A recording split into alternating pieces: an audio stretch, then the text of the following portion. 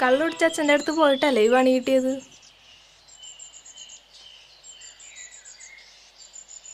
വേദനയുണ്ടോ ഇപ്പോ? നല്ല വേദന ഉണ്ട്. പതുക്കെ.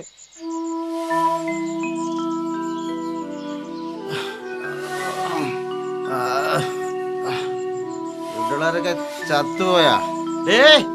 ചായ താടി. അമ്മേ,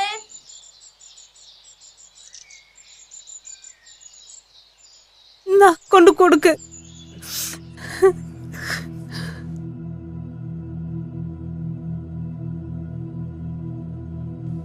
അച്ഛാ ചായ. എവിടെ പോടി ഞാൻ തള്ള?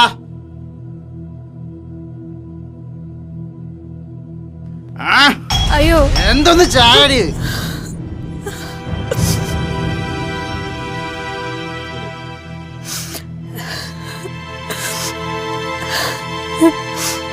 എന്ത് കാണാനാടി ഇങ്ങനെയുടെ കുന്തം പോലെ ഇരിക്കണത്? ശാപം.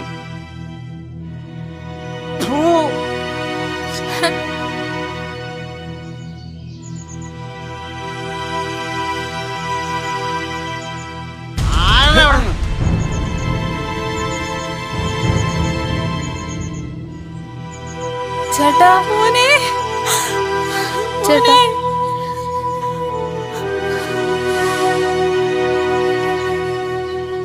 എന്താ ഇനി ചെയ്യാ?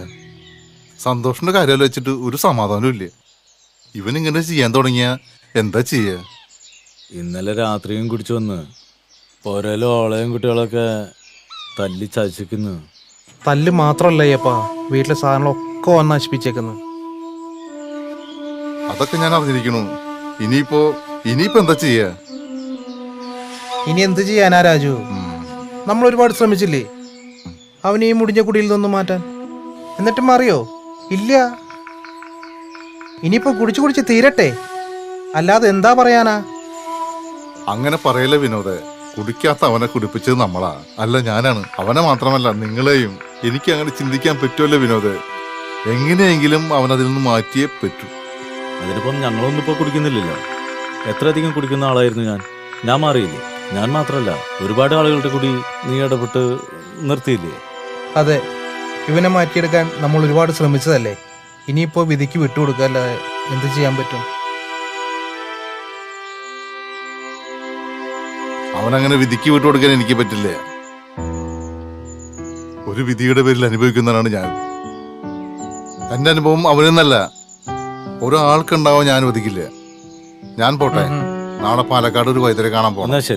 എന്നാ ശരി. ഓക്കെ. നമ്മുടെ നാട്ടിലെ ഏറ്റവും കൂടുതൽ കള്ളു കുടിച്ച് നാടിനും വീടിനും ഒക്കെ ഒരു വലിയ ശല്യക്കാരനായിരുന്നു ഈ പോയ മനുഷ്യൻ. നിനക്ക് ഓർമ്മയില്ലേ വിനോദേ? അതൊക്കെ പക്ഷെ വിധി അവനെ ക്രൂരമായി ശിക്ഷിച്ചു. അവൻ്റെ മരണം വരെ ആ ശിക്ഷ അവന് കിട്ടിക്കൊണ്ടിരിക്കുന്നുണ്ട്. ഇപ്പം നമ്മുടെ നാട്ടിൽ ഒരുവിധം കള്ളുടിയന്മാരൊക്കെ രാജുവിൻ്റെ ഈ ഇടപെടലിൽ വെള്ളമടിക്കുന്നത് നിർത്തിയിട്ടുണ്ട്. ഭാര്യയാണ് വിളിച്ചത്. നാളെ മോളുടെ പിറന്നാളാണ്. അപ്പോൾ പായസം വയ്ക്കാനുള്ള സാധനങ്ങൾ വാങ്ങാൻ പറഞ്ഞിരുന്നു. ഇപ്പോഴേ അന്ന് കുടിച്ചുകൊണ്ട് ഓർമ്മയൊക്കെ പോയിരിക്കുക. അതുകൊണ്ട് ഞാൻ അവളോട് മിസ്സടിക്കാൻ പറഞ്ഞു. മോൾക്ക് ഇപ്പോൾ 8 വയസ്സായി. ആദ്യമായിട്ടാ മോളുടെ പിറന്നാള് ഞാൻ പായസം. കള്ളിനേക്കാൾ എത്രയോ വലിയ ലഹരിയാണ് കുടുംബവും മൊത്തമുള്ള സന്തോഷം. അപ്പോൾ നാളെ നീ വീട്ടിലേക്ക് വാ. രാജുവിനോട് പറയാൻ മറന്നു. ഞാൻ അവനെ വിളിച്ചു പറയപ്പോൾ നീ അപ്പോൾ വരണം. നീ മറക്കണ്ട നാളത്തെ കാര്യം. നാളെ കുടിക്കാൻ കുപ്പി വല്ലതും വാങ്ങിയിട്ടുണ്ടോ, അതോ ഞാൻ വരുമ്പോൾ കൊണ്ടുവരണോ? നല്ല അടപ്രഥമ പായസം ഓളും ഉണ്ടാക്കുന്നുണ്ട്. അത് നമുക്ക് നല്ല കുപ്പിയിൽ ഒഴിച്ചു കുടിക്കാം.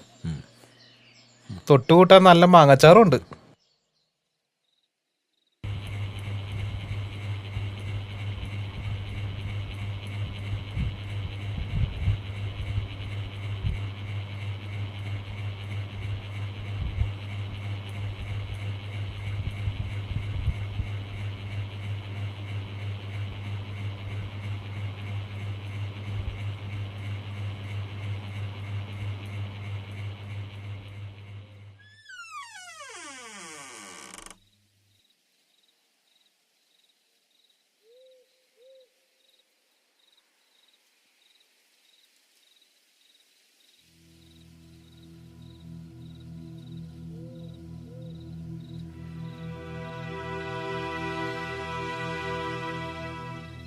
മോനെ, അച്ഛനോട് പൊറുക്കില്ലേ മോനെ?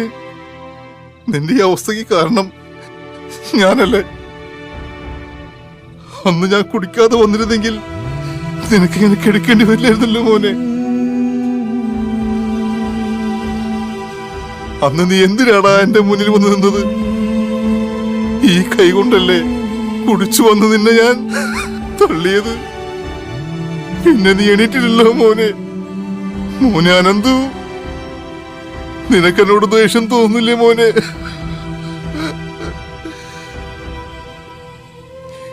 ഈ അച്ഛനോട് പൊറുക്കില്ലേ മോനെ? മോനെ അനന്തു, നിന്റെ ഈ മൗനം എന്റെ ശിക്ഷയുടെ ആക്കം കൂട്ടുന്നു.